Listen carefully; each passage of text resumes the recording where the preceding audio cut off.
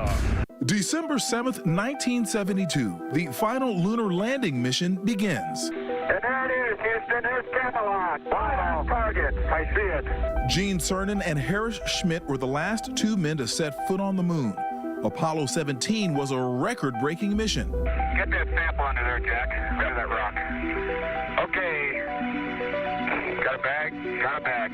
An incredible 225 pounds of lunar samples were collected, all to be studied to further the future of space. We leave as we came, and God willing, as we shall return. With peace and in hope for all mankind. 2022 marks 50 years since the end of the Apollo program. After nearly a half century, one of the very last sealed samples from the Apollo era has been opened. Scientists at Johnson Space Center are using technology that took decades to develop to study samples from that final mission. KPRC2 space reporter Roseanne Aragon explains why this piece of the past will be important for the future of space. It was a mission that people watched in awe.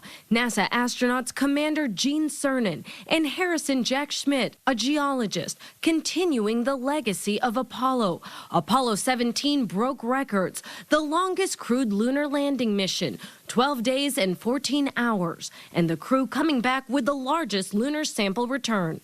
Everything that happens to the moon basically stays there. So when the astronauts landed on the moon and took samples, they basically took an archive of our Earth-Moon history. 50 years later, here at the Johnson Space Center, one of the last unopened Apollo-era lunar samples were opened. Scientists knew then this would be important now. Scientists were great, but their instruments, ours are 50 years better, it turns out. And so we can do a lot more with a lot less nowadays. And the people at the time were smart enough and patient enough to wait. JSC's Astro Materials Research and Exploration Science Division crafted a painstaking plan of how to handle this precious and pristinely preserved sample under vacuum.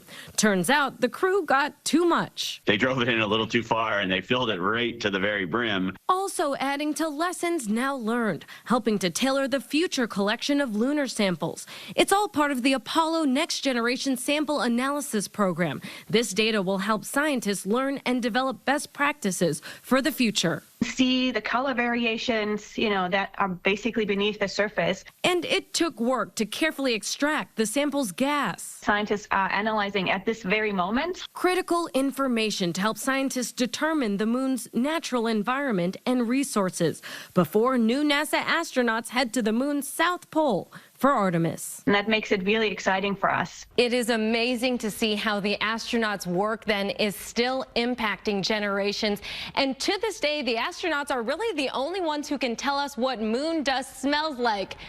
Gunpowder. Who knew? When we go to the moon for Artemis, you can bet scientists are also planning to do the same and will save samples for the next 50 years.